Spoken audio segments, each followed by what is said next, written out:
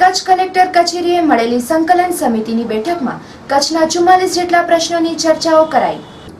આજરોજ કચ્છ જિલ્લા કલેક્ટર કચેરી ખાતે સંકલન સમિતિની બેઠકનું આયોજન કરાયું હતું, જેમાં કલેક્ટર શ્રીના અધ્યક્ષસ્થાને ધારાસભ્યશ્રીઓ, પદાધિકારીઓ હાજર રહ્યા હતા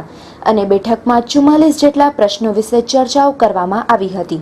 જેમાં પાણી પુરવઠા તેમજ આગામી નવરાત્રી નિમિત્તે આયોજન, નેશનલ હાઈવેનો મુદ્દો, નર્મદાના પાણી વગેરે જેવા મુદ્દાઓની ચર્ચા વિચારણા કરાઈ હતી। પાણી પુરવઠા વિભાગે ફિશરીઝ ડિપાર્ટમેન્ટની ગ્રાન્ટ હસ્તક ડિપોઝિટ વર્ક તરીકે એક પાણીની લાઈન બનાવી દીધેલી છે, જે હાલ જખો બંદર ઉપર જે નાવિકો જે કામ કરે છે તેમના માટે એ છે। ઉપરાંત જ્યારે કેમછો કચ્છ કાર્યક્રમમાં હું જખોની મારે મુલાકાત થઈ હતી ત્યારે એવી પણ રજૂઆત મળેલી હતી કે ભાઈ આ પાણીની પાઇપલાઇન છે એમાંથી જખો ગામના લોકોને પણ પીવાનું પાણી આપી શકાય એમ છે, પરંતુ મૂળભૂત રૂપે ડિપોઝિટ વર્ક તરીકે બનાવેલી છે અને આજની તારીખે ફિશરીઝ ડિપાર્ટમેન્ટ પાસે પાણી પુરવઠાના એન્જિનિયરિંગ અથવા તો ટેકનિકલ નોલેજ ધરાવતા અધિકારીઓ ન હોય, ફિશરીઝ ડિપાર્ટમેન્ટ તરફથી તેમના વિભાગમાં લખવામાં આવેલું છે કે આ જે પાણીની પાઇપલાઇન છે એ જો ગ્રામ્ય પાણી પુરવઠા સમિતિને તબદીલ કરી દેવામાં આવે તો એ બાબતે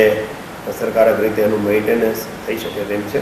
એ બાબતે સંકલન બાબતમાં ચર્ચા કરવામાં આવી છે। બેઠકના અનુસંધાને એવો નિર્ણય લેવાયેલો છે કે કલેક્ટર કક્ષાએથી સંબંધિત વિભાગને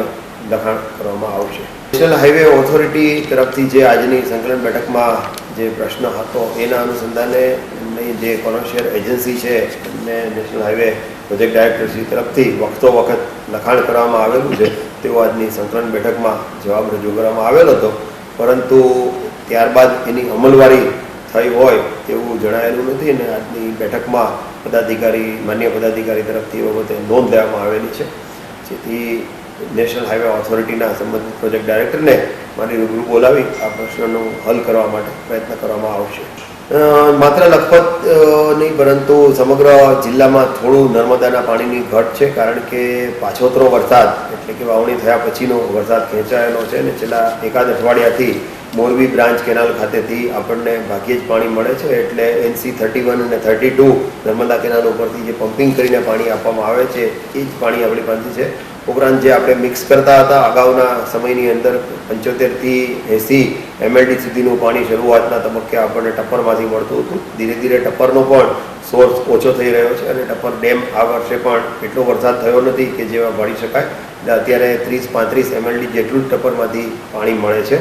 જેથી જે વિસ્તારોમાં ચોરી વગેરે થાય છે, જે જિલ્લાની બહારના વિસ્તારો છે, ત્યાં કલેક્ટરશ્રી સાથે અત્રેની કક્ષાએથી સંકલન કરવામાં આવશે।